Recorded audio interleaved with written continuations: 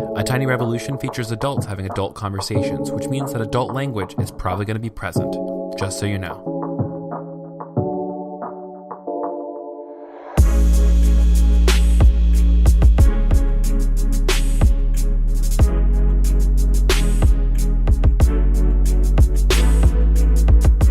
Hey there, you're listening to A Tiny Revolution, a podcast about ordinary people living revolutionary lives. My name is Kevin Garcia, and welcome to another episode. I'm super glad you are here. There's so many things going on. We're coming up on midterm week here at Columbia Theological, where I attend.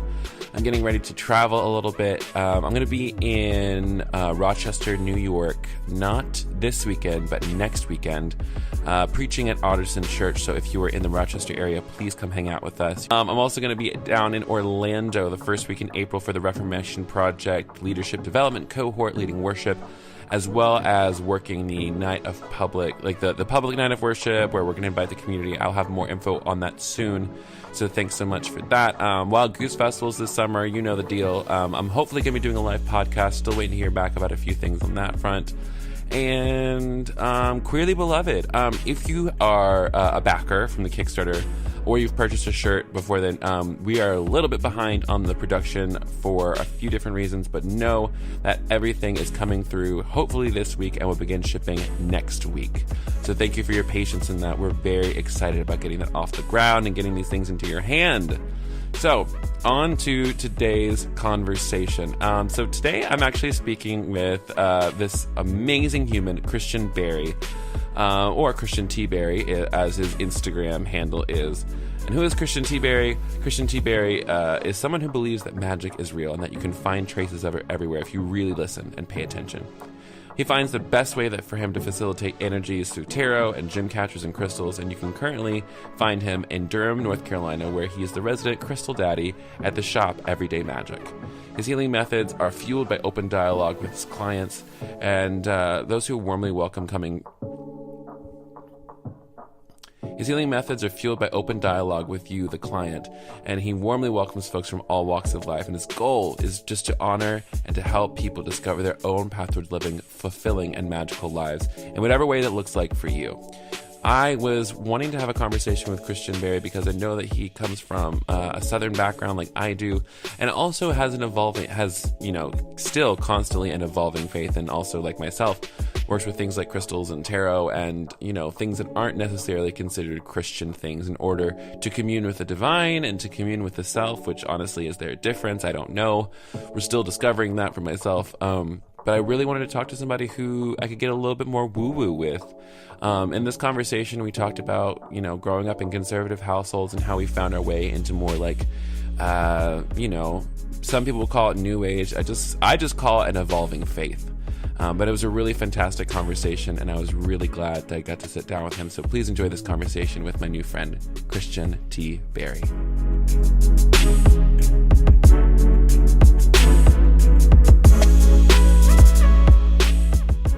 I'm just so curious about your life. So let's start with this. Say you're at a cocktail party, people are getting to know you, and they're like, oh my God, hi Christian, what do you do? What's your thing? What would you say to them? This question has, the answer to it has definitely evaded me for years. I used to be in theater. That's what I went to college for. And I lived in New York City for a while. And I even had trouble answering that question when I had a set plan for myself.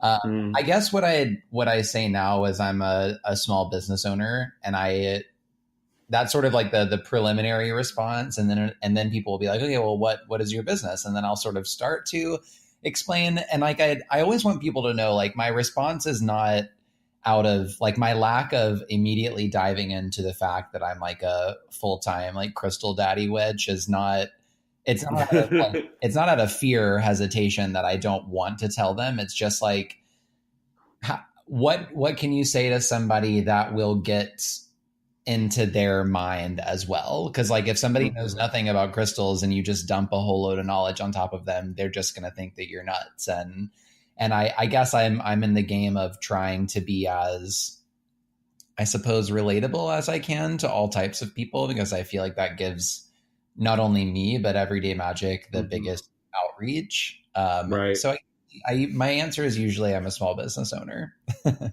I mean, that's smart. People ask me, like, you ever like get in the Uber driver, like you get in the car with the Uber driver, it's like, so what do you do? And I'm just like, I don't want to tell you But usually with because like an Uber driver, I'm like, I'm gonna go full force right now and freak this guy out because like if he's gonna ask, like now is my chance to test it on someone I'm never gonna see.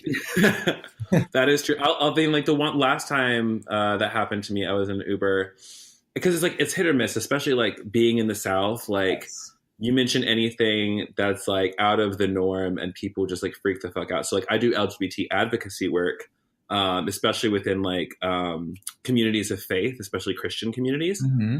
And like this person, I don't think he was ready for me to give like a full like exegesis on why I think it's cool to be queer and Christian, or any other like iteration of that.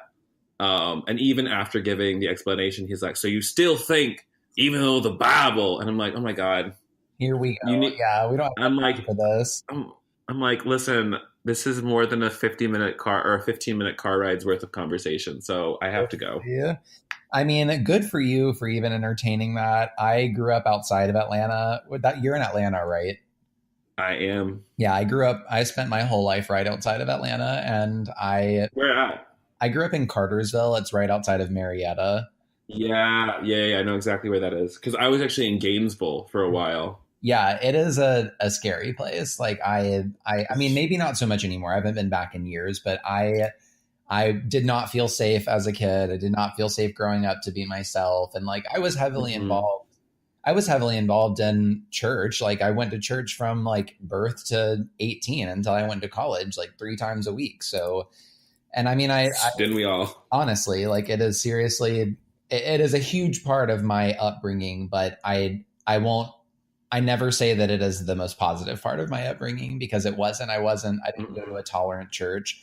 I didn't go to, it was just like incredibly Southern Baptist and it was hardcore and it was people like you were just talking about. I mean, like they'll take any sort of biblical like phrasing out of context and warp it into some Mhm. specific way. I'm like, I just can't. I can't with that. Like it's so much of a fight for me to have to like emotionally prepare myself for that at like 15, 16, 17 years old. I did not have the communication skills to like accurately do that. Now it's a different story. I can talk Mhm. about it all day long, but as like a young, insecure, horrified, like neglected and abused like teenager, it wasn't a good Mhm. thing at all. Not a good combo.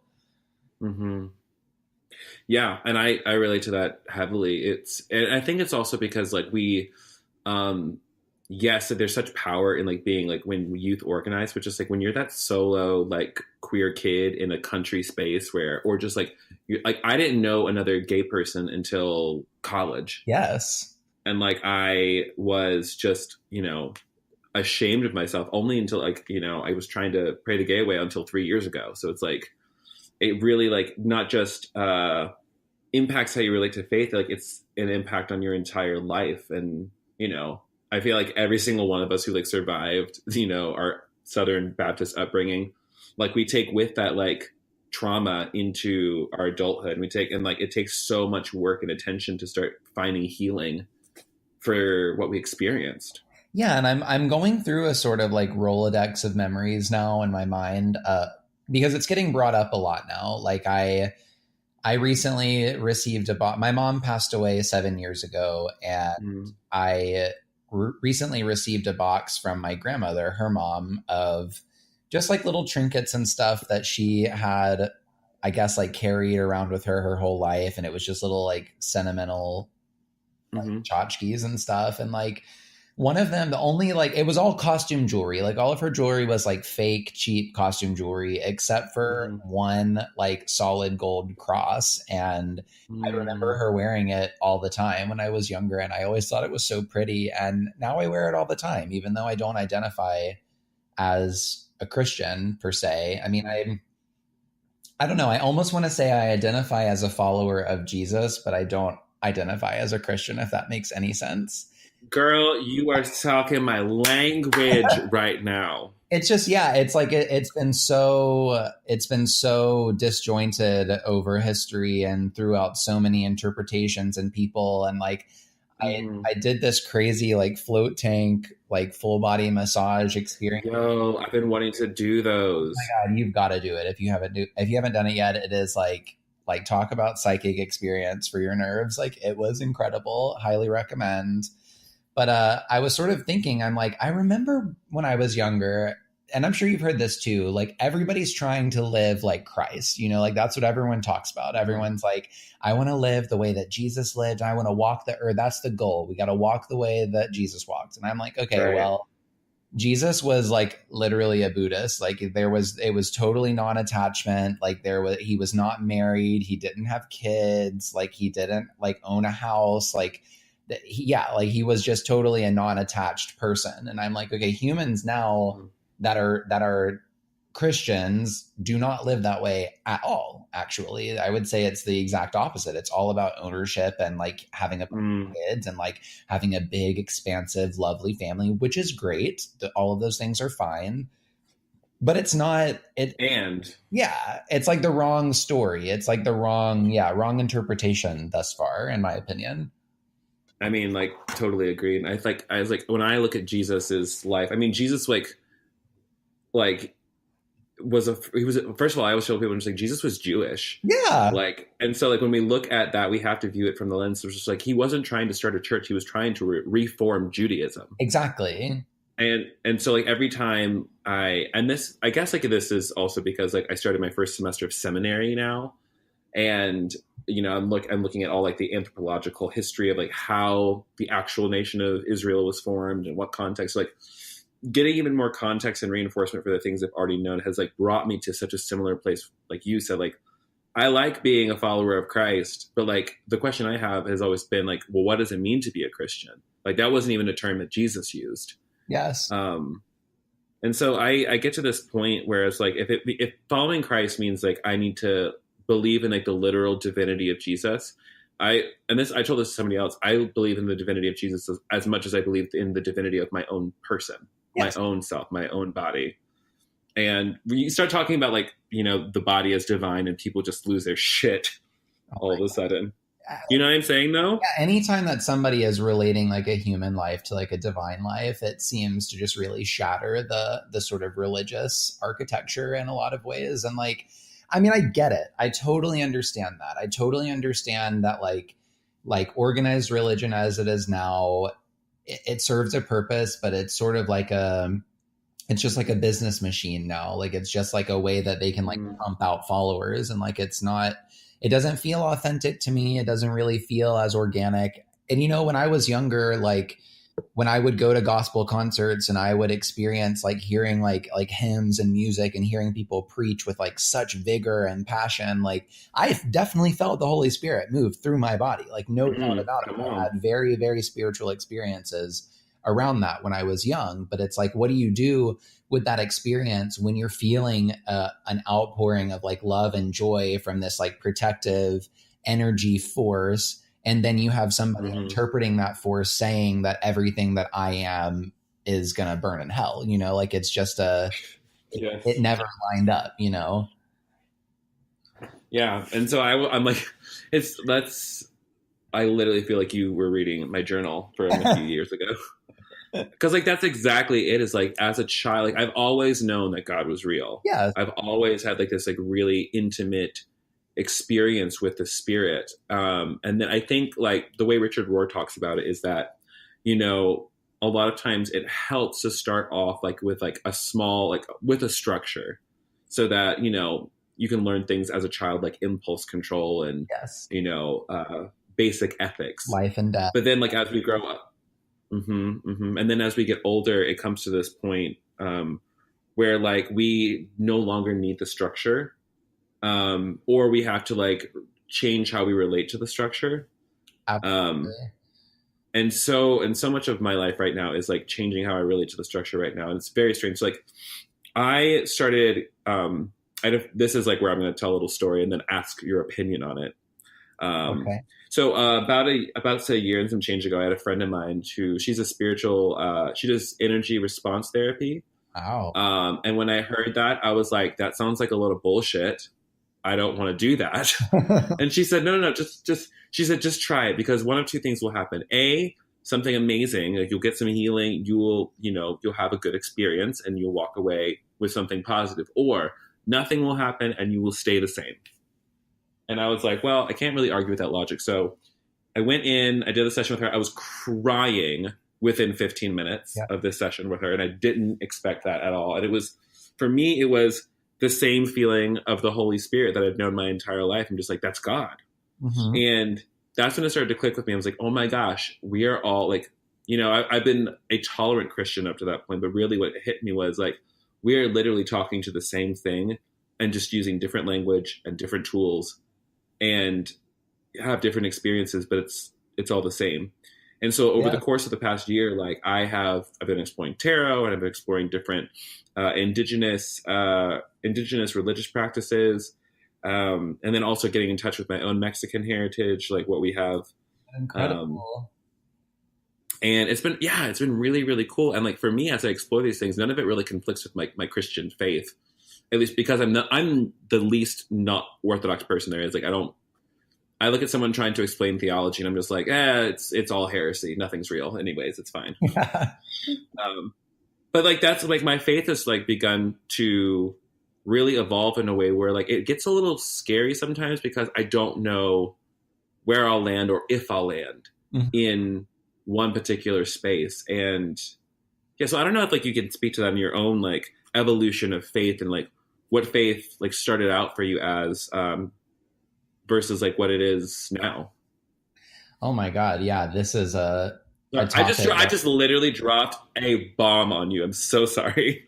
But I mean, like, this is a topic that I am living so hard and like leaning into it so hard right now. Like like I mentioned earlier, I've been doing a lot of like memory recounting of the way that my young life was filled with so much faith. And like, I think when it really started to slip for me was, I guess, I don't know if this is the case for like all Christian or Baptist churches, but my church was very big on telling people that if you pray, then you'll definitely get your way. And so the prosperity gospel, honey. Exactly. Yes, God. And so I prayed so much when I was a kid, and I just gave my all to prayer, and so many specific things that I so desperately needed when I was young never happened. And, now as like an adult, in hindsight, I can look back and be like, now I understand why I didn't get that thing. Like now it makes sense. But like as a young kid and as a young person, you're devastated. I mean, like you're not getting the one thing that you were begging and spending all of your energy every day thinking about. And so I think my shift out of the church started there. And then I started exploring like my own sexuality, and I realized that wasn't really aligning, and this and that. And like, I think my instinct was to swing so far in the opposite direction. Like a lot of people do, they swing into like the straight up, like demonic, like satanic ritual fantasy and like that. Whoa,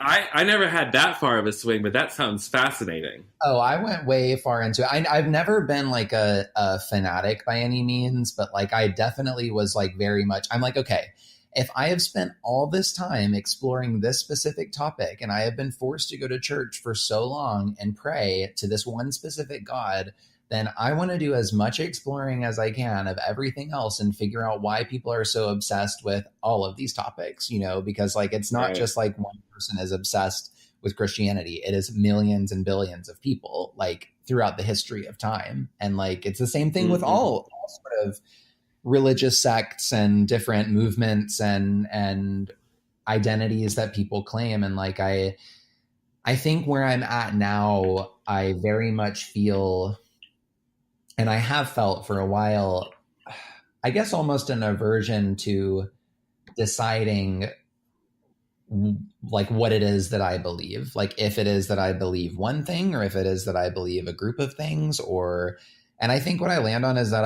I believe in everything. What I believe most is that the human experience is very powerful. And I think that in the the timeline of the human existence, we've put so much energy into so many different ideas, and we've spent so much time, and like lives, literal lives have been sacrificed for these specific causes all across religious history and all different religions.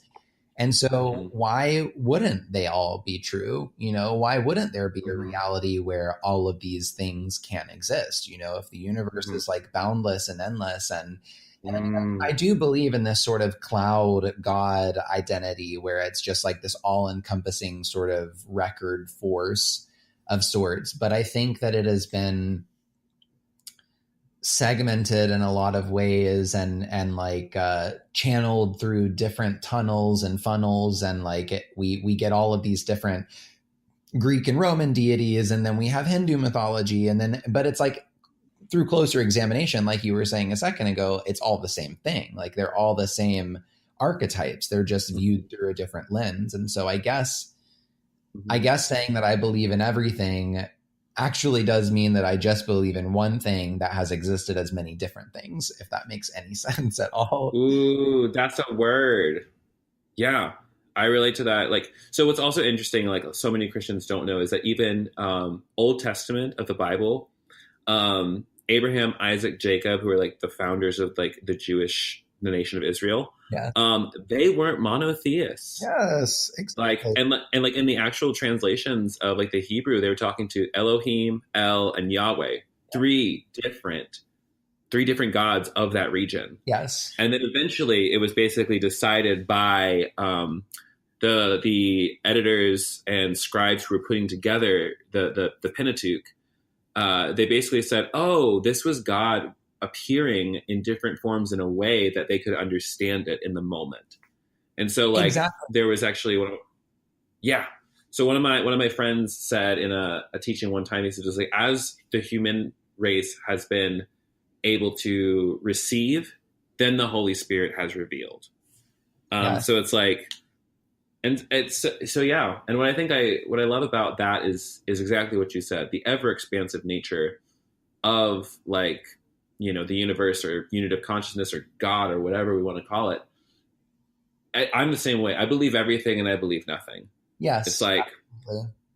And like anytime someone like it's one of those things that all of these attempts, like religion itself, is an attempt to explain that which is just beyond the periphery of our imagination. Absolutely. Like we can't even conceive of it. And so like that's why I'm so much more comfortable with like talking about faith in these boundless terms, like where I can talk about like like every time I see like a different kind of deity that's expressed in a different religion, all I see is just like a different face of God. Yeah. All I see is just like, and in some cases, yes, like like the human race like kind of like anthropomorphized God and deities so that they could be relatable to it, but at the same time, that doesn't mean that there isn't some kind of truth in that particular kind of expression that I can't pull from or I can't learn from. Exactly. And like when I was saying earlier, like that I originally swung so far and like did a lot of worship on Satanism and like the Church of Satan, it's like, if we're going to believe that it's everything or it's nothing, like, and there are so many phrasings that go with that. Magic is everything or it is nothing. God is everything or it is nothing. Like love is everything or it is nothing. It's all these iterations of it. And so I think about it and I'm like Aleister Crowley, like magician of the ages, he was the founder of so many different incredibly free sects of, I mean, it's just so expansive. You could talk about it all day long, but it's like the main rule of like the Satanic Church is like, do as thou wilt will be the whole of the law. It's like, do whatever you want, but know that like everything has a price. And so when I look in the grand scheme of it all, I'm like, as growing up Christian, hearing the word Satan makes people's skin like crawl to the point where they're like shaking, like it's an immediate like fear response. And I'm like, it's just another expression of the same God, but the satanic ideas go more into this realm of like it's like extreme excess, it's like carnal desires really living in those spaces as opposed to like other aspects of religion and spirituality, which is like non-attachment and like true love and compassion. It's all the same. I don't know. It's all the same explanation. It's all the same. It's all the same thing. It's all the same energy. It's just a different person's interpretation of it. And, I actually do believe that even with religion, that there is a price to every decision that we make, And I obviously work in a magic store. Like the magic that I work in and the stuff that I do is not necessarily that of textbooks. I sort of take what I read and what I research, and I research and read a lot. And so my mind is full of all of these theories and all of these things. And, I'm putting all of the pieces together still. And I am noticing the similarities through all of it. And,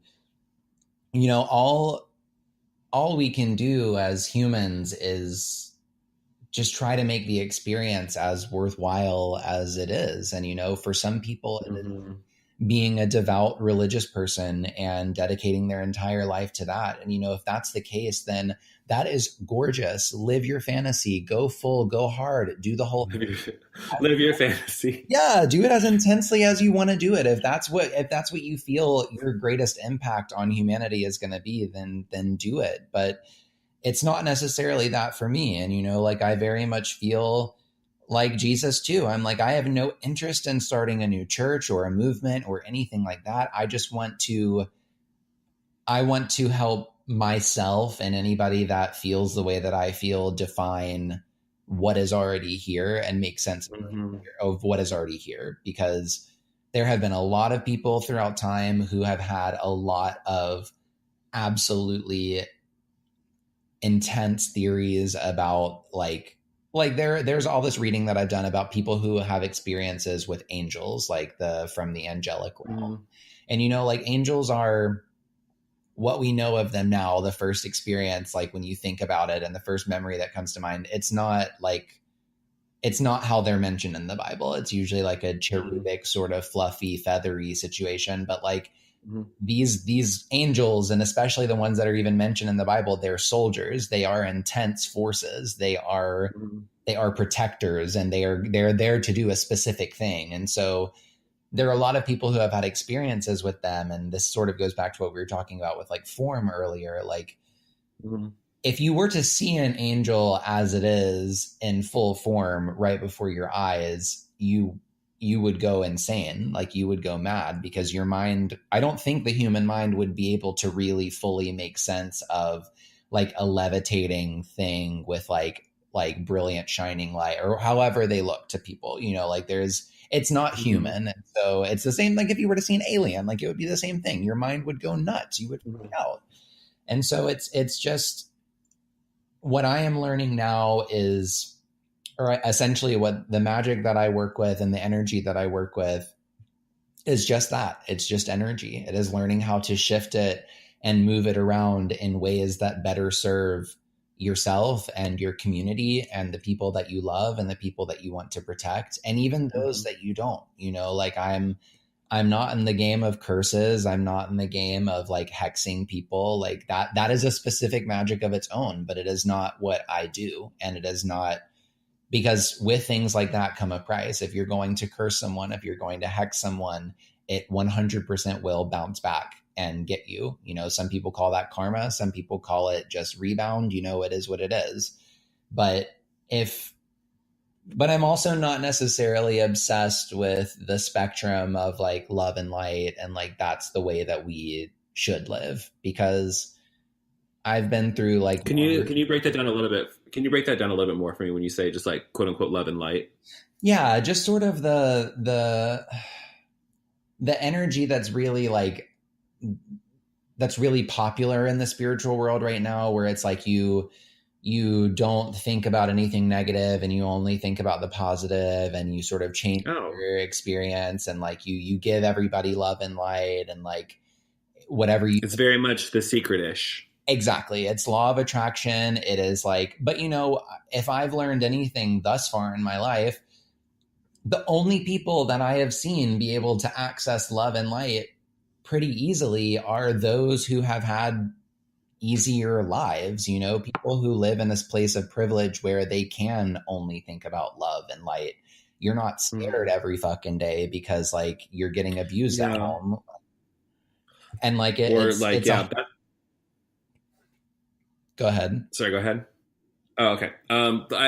That's something that I have thought about a lot. Like when I look at people who call themselves light workers or spiritual leaders, the thing that I love so many of their messages that are coming through because like it reminds me how I can like, get in touch with like the better part of who I am. Yes. And at the same time, the thing that bothers me so much is that, uh, I see little to no engagement with the things that are actually happening in our real lives because I do not think that faith in any iteration of faith can be um, divorced from lived experience No. and the lived experiences of people in the most marginalized of spaces. And I think maybe because like being queer in some way, and not in some ways, in every way is a blessing, but very much so that we can see who is not sitting at our table, see who doesn't have the resources. And I think that it is a temptation of so many of like, the amalgam of spiritualities that people are bringing together. It is so easy to just take prosperity gospel, like what we had in, Christianity, and just change the language so that it does, so it's not like, it doesn't have any of the baggage tied up with the church, Yeah. but still practice the same thing that's disjointed from the rest of humanity and only is focusing on the individual experience rather than our collective experience as a species. Yeah, and I mean like like this is no shade to like the love and light movement. Like No, of course not. it's a beautiful experience for people to live into, but to deny it or to not acknowledge darkness is to not acknowledge truth. And I think that a lot of people that have lived any sort of difficult life, I mean, we all have, being a human is hard. We're all just trying to find the least difficult way to exist in the world right now. But I I just feel like I have learned the most about myself and I've learned the most about my story and the way that I work most in the world by actually leaning into the darkness, by Mm. actually taking note of the hard times and being able to go through that mental Rolodex of memories and say, okay, I am safe now. Like my current state is safe. So I can think about these things. And even if it triggers me or even if it takes me somewhere dark, that's not where I'm actually at, and I guess that's been many years and a lot of time to be able to discern the difference between like a traumatic memory and an actual traumatic experience, because for so long those lines were blended for me. When I would think of a traumatic experience, I would be there again and there was no separation. And so I think that it's like the way that people feel in the Bible when Jesus gets crucified. I remember when the movie Passion of the Christ came out, Oh God, my yeah. family would not let me see it in theaters because it was so graphic and so intense. And I remember like, Yo, good on your family because my mother drugged me and my little brother there. And I was such a pious little like 13-year-old who's also gay. And so like I'm sitting there in the theater like crying, watching Jesus be crucified and thinking, I did that. I did that to Jesus. literally, when I watched it, I watched it like not long after that, but like, you don't you remember seeing on the news like people having to be like escorted out of the theater because it was so tragic, like it was so gruesome? It was traumatic. Yes. It was literally like it was watching torture.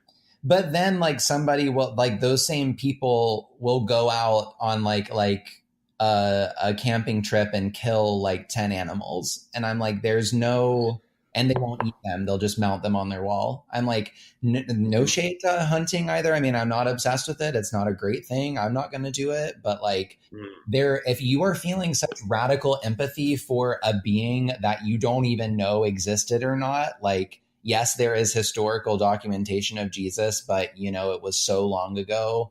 Who knows? Only the Yeah, people who that knows who live. the actual Jesus was? Exactly. And if the timeline was actually correct, and people are feeling this radical empathy about a story that they read in a book, and then going out and doing things and like saying things about people and not exhibiting the same empathy.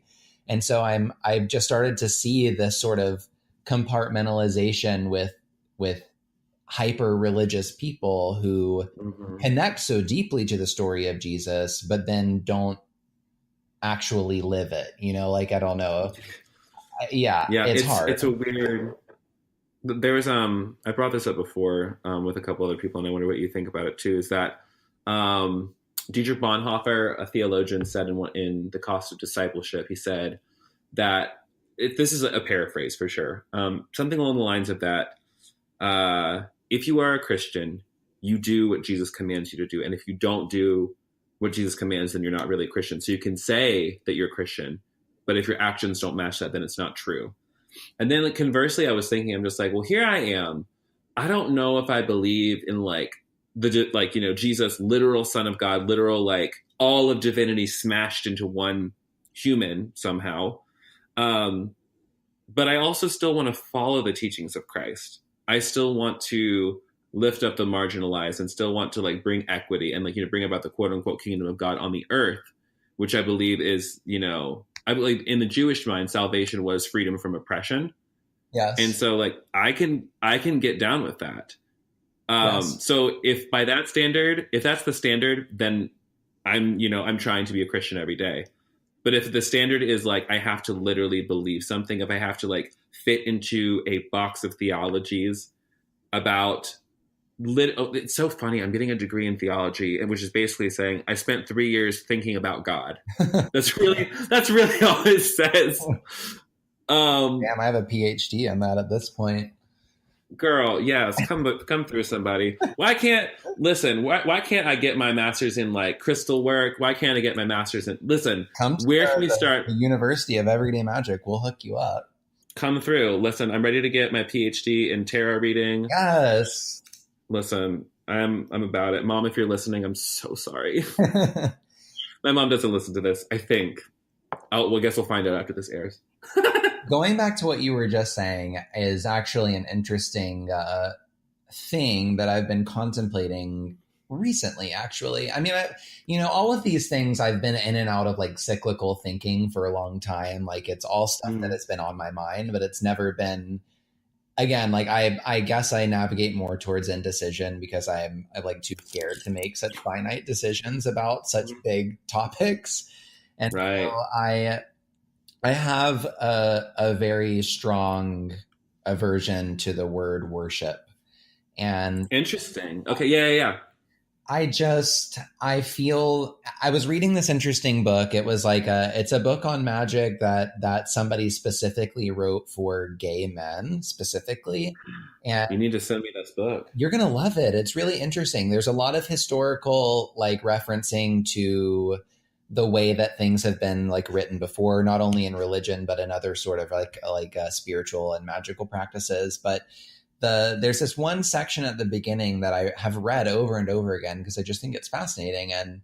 And the guy who wrote the book talks about how if any sort of deity or if any sort of higher God-like function energy ever asks for you to only believe and worship them and what they do, then you should run for the hills. And so I was thinking about that for a while, and I'm like, okay, I'm watching Sabrina recently. I'm watching the Sabrina reboot. So good. So good. And she's about to sign the Book of the Beast, and she's having this like big internal struggle, and she's realizing, oh, if I sign this and if I dedicate my life to this specific feature, there isn't actually freedom inside of that. There's a specific amount, but if there is only a specific amount of freedom, then it's not actually freedom. Freedom needs to be unlimited. If you're having to like pick and choose when you get to be free, then you're not actually free. And so I was thinking back to when I got baptized, and I'm like, oh my God, like I signed a contract, like my soul signed a contract in a very similar way, but I didn't really know anything about it because I was so young. I mean, I got baptized when I was 13. I was relatively old to be baptized, but it was my decision that I made to do it, even though I wasn't like 100% sure about it.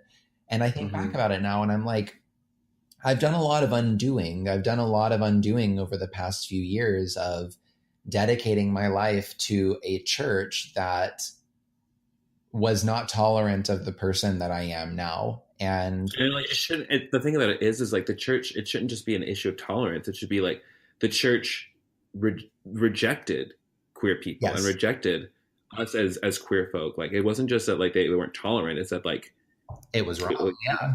we got kicked out. Yes. Yeah. And so I'm thinking about that and I'm like, what did I just do? Why did I just like dunk my head, my whole body in this water and like do the whole thing with the robe and the whole congregation watching you? And like, I totally understood that part in Sabrina where she doesn't sign it and she runs, it's like, just run. Like that's not. I know. Wish like, did you have this moment just like, damn, I would like, you're like, yeah, get out of there. I was like living vicariously. Oh yeah, absolutely. I was like, run girl, run. Don't do it. Don't do it. But like in the end, the show glamorizes it and she signs it and she gets all of these powers and she loves it and it's fierce, whatever. And it's like, yeah, like it's a Gossip Girl fantasy. Like we would. I will also say, I think that this is all plotted for plot. I think that she's going to come back in there. This is all part of like, she's going to summon him, vanquish him. She's got an agenda. She has an agenda. He has an agenda indeed. And, I like to think that I had an agenda as well. Like, I like to think that I had intentions, maybe even subconsciously when I was younger, being like, okay, I'm going to do this, but like, I'm only doing it to get myself an end so that I can make actual change. And so that's what I'm doing now. Like I very much respect the Christian church. My family is still heavily involved in the Christian church. My grandfather was a pastor. Like it's all good, like it's all fine. People are allowed to believe whatever they want to believe. And I am not allowed to get upset at them for believing that because that is their freedom as an individual, as it is mine. And so I'm with this whole idea of worship and gods and deities and energies and stuff like that. Like I think that the only thing that I ever need to worship is myself. The only thing that I ever need to fall in love with that deeply is my own experience, the way that I can facilitate that energy. Because somebody asked me the other day, they're like, well, what do you feel about like ancient tomes and like ancient texts and like grimoires and stuff? And I'm like, they're cool. They're amazing. They're scientifically phenomenal. Like, anthropologically phenomenal, however way you want to put it. It's all good, but it's old. It's ancient for a reason. Things have changed. Times have changed. People are different than they were 2018 years ago. Like it's just different. We can't live. And, like I have a yoga teacher certification and I don't do that anymore because the yoga world is so obsessed with tradition and like I see its purpose and I see its place and I see the guidelines around that, but tradition only works if you are living the same way that they lived when the tradition was founded. It doesn't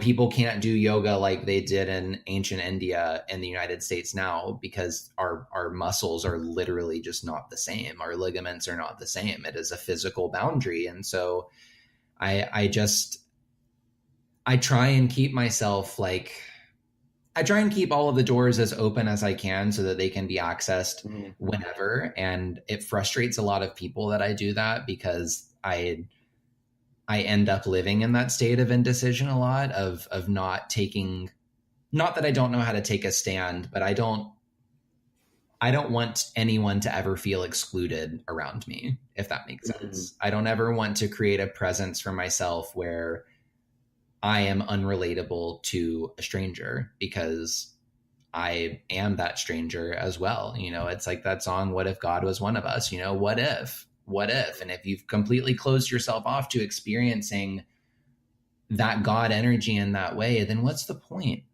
What's the point of like being alive? I know a lot of people interpret being alive in a lot of different ways, but for me, it's getting everybody to the place where freedom is actually an attainable thing, and the freedom to be whatever. I don't know why people have when I think about people that have an issue with gay marriage, I'm like, why? Please explain to me an actual understanding of that. Like, why is that a problem for you? And most people don't know, when you inquire deep enough. Oh, 100.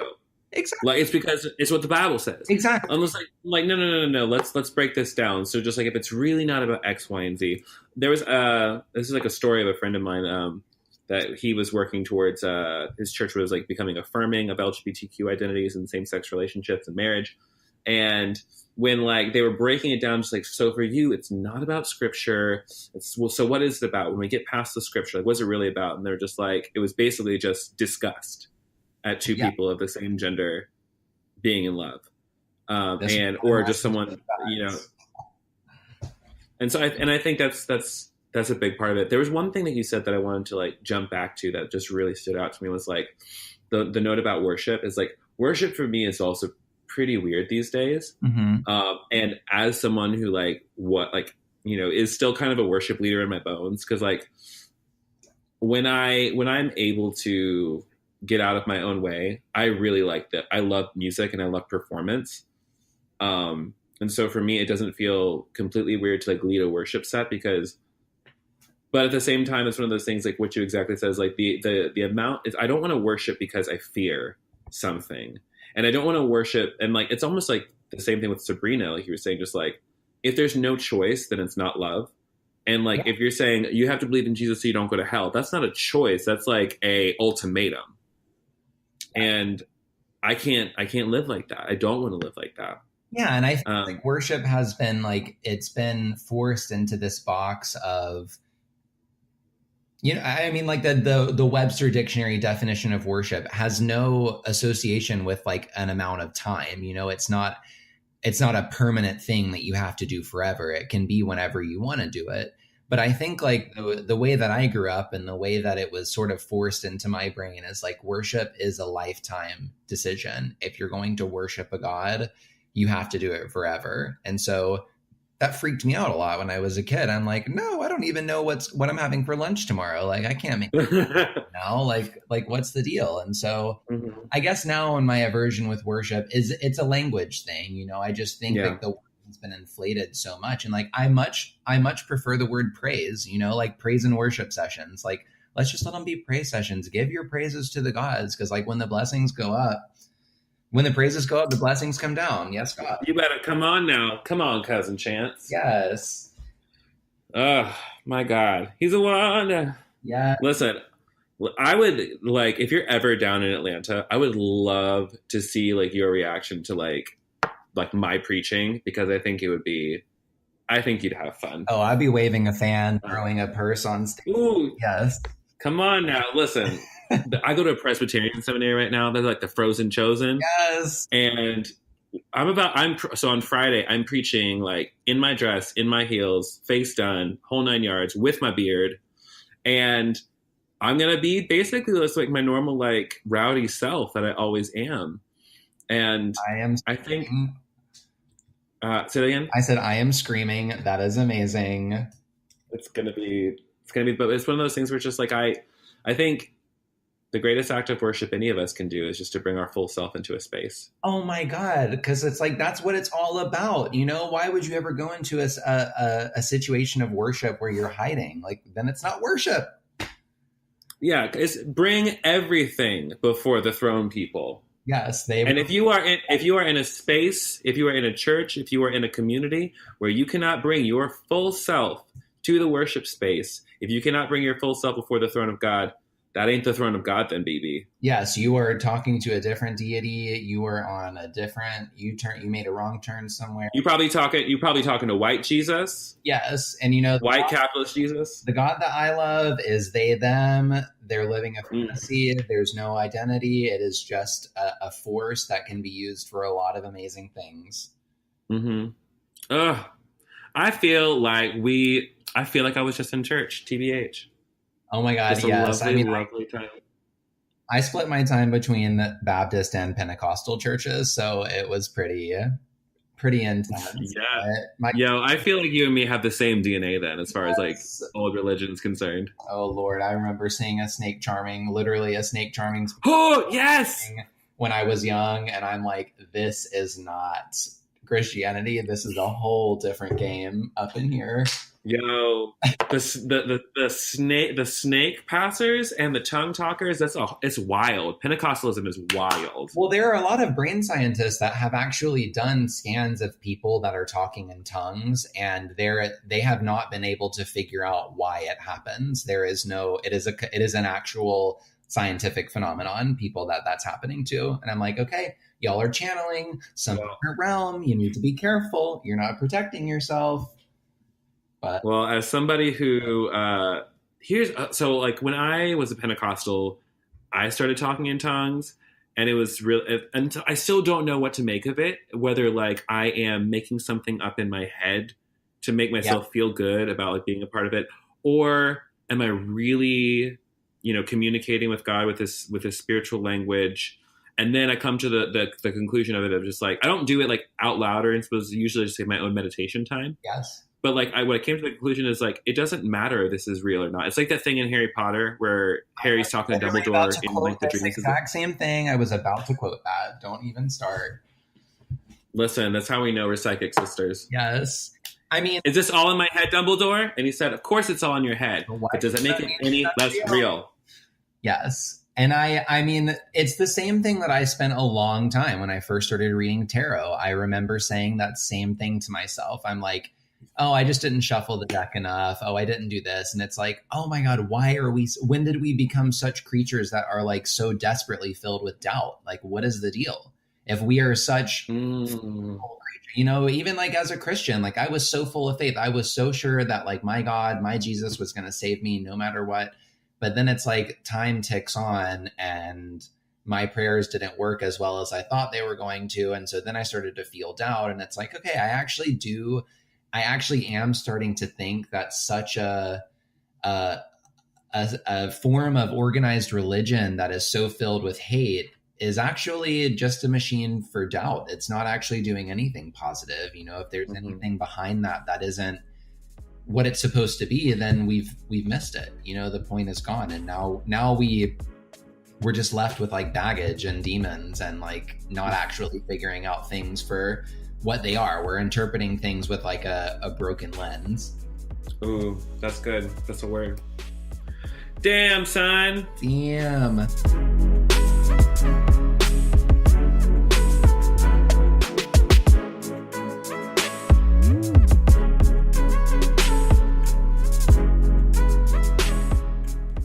That was my conversation with Christian Berry.